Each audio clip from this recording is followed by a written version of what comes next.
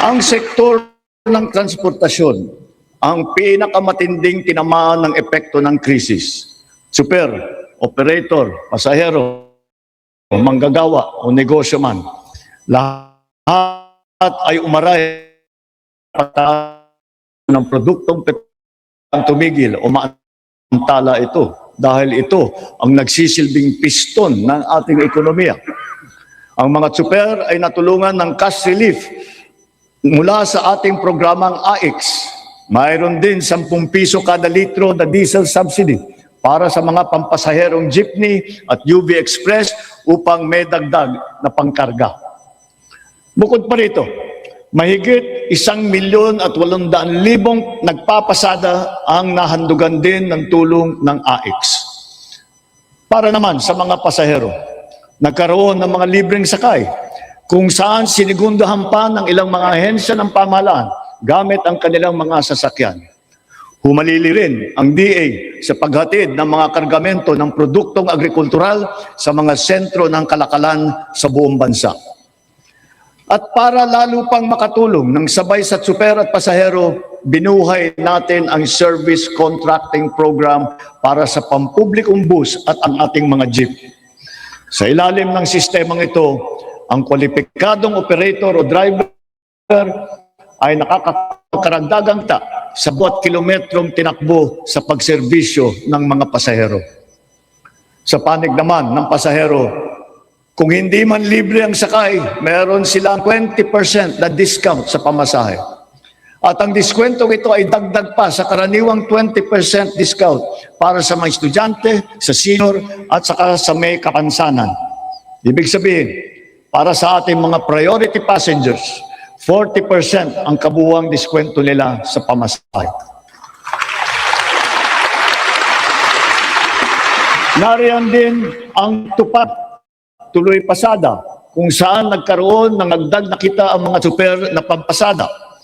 Sa mga programang ito pa lang, milyong-milyong Pilipino nang ito'y nailunsad. Dito sa Metro Manila, ang lahat ng mga sumasakay ng LRT2 at MRT3 ay patuloy na nagiginhawaan ng 50% diskwento sa pamasahe. Bukod pa ito sa mga espesyal na diskwento na ating ibinibigay tuwing linggo at mahahalagang kapistahan. Sa ating mga paliparan at pantalan, pansamantala nating binaba ang sari-saring mga bayarin sa paggamit ng mga pasilidad, gaya ng terminal fee, landing and fee, harbor fee, anchorage at berthing fee, pati mga storage fee. Halimbawa, sa Cebu Port, naging libre ang terminal fee. Sa mga paliparan naman,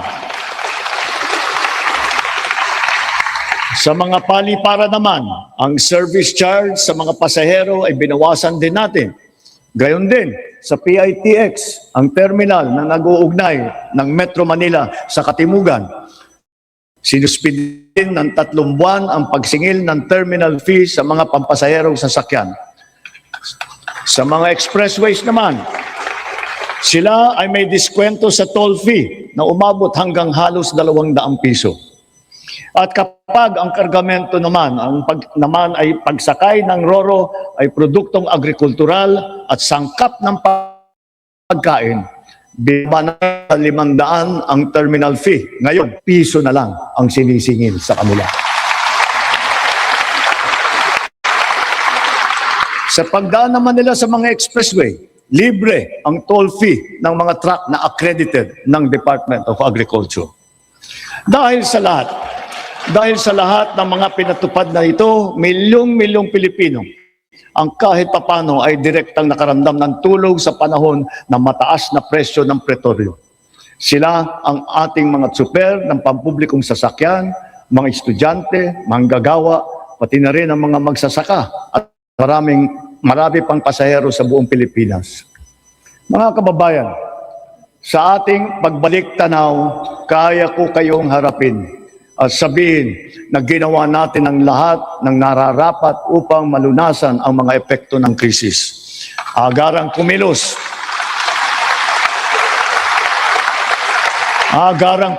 ang buong pamahalaan upang tumulong sa mamamayan. Sa katunayan, aktibo ng ating pagtugon. Libuang buwan mula sumiklab ang digmaan, ramdam pa rin natin ang bigat ng mga epekto nito sa ating bansa. Hanggang kailangan, asahan ninyo na hindi titigil ang pagsuporta ng pamahalaan. Naglaan tayo ng mahigit 60 bilyong piso para dito hanggang sa katapusan ng taon.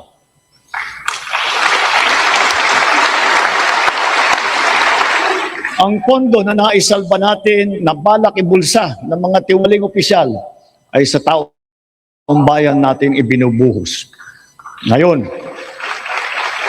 ipipihit natin ang mga programa sa mas nangangailangan nating kapwa Pilipino para naman mas malawak at mas marami ang maaabot ng tulong. Layunin natin matulungan ng 3.2 milyong benepisyaryo ng 4Ps at walang gutom program, ang 1.2 milyong minimum wage na manggagawa ng miyembro ng SSS at ang 2.2 milyong kababayan nating mahirap na hindi pa naging benepisyaryo ng programang pang-ayuda ng pamahalaan. Nariyan pa rin ang nakaabang na pagsuporta natin para sa sektor ng transportasyon, agrikultura at mga OFW na apektado ng kaguluhan. Kung susumahin, mahigit 7.2 milyong pamilya na lubos na nangangailangan ang matutulungan natin sa mabigat na kabanatang ito. Ngunit, hindi natin kaliligtaan ang ating mga manggagawang Pilipino, lalo na ang mga middle class, pati na ang mga maliliit na negosyo. Alam natin na sila rin ay nabibigatan sa epekto ng krisis. So to ensure the continued progress of the middle class amidst the lingering effects of the crisis, we will pursue tax relief measures that promote growth, that generate revenue, and advance equity towards socio-economic sustainability. Kaya bilang natatanging proteksyon sa kanila at para mas mapakinabangan nila ang pinaghirapan nilang kita, nananawagan ako sa Kongreso upang maipasa ang batas na magbibigay ng bahagyang ginhawa para sa ating bayaring buwis. Una, palawakin natin ang exemption sa income tax.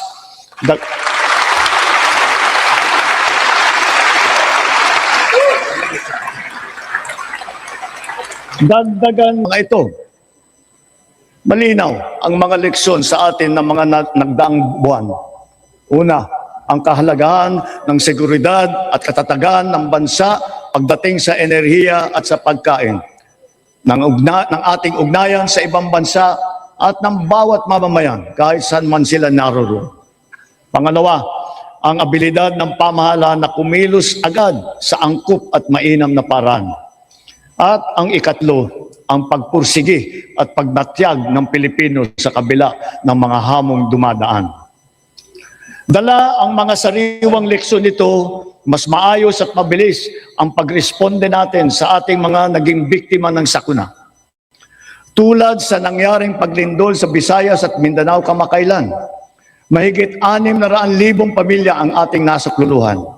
Lampas 3 bilyong piso ang ating binuhos para sa agaran tulong sa mga pamilyang lubos na naapektuhan. Ito ay sa pamamagitan ng pagkain, pagpapagamot, tulong pinansyal at pabahay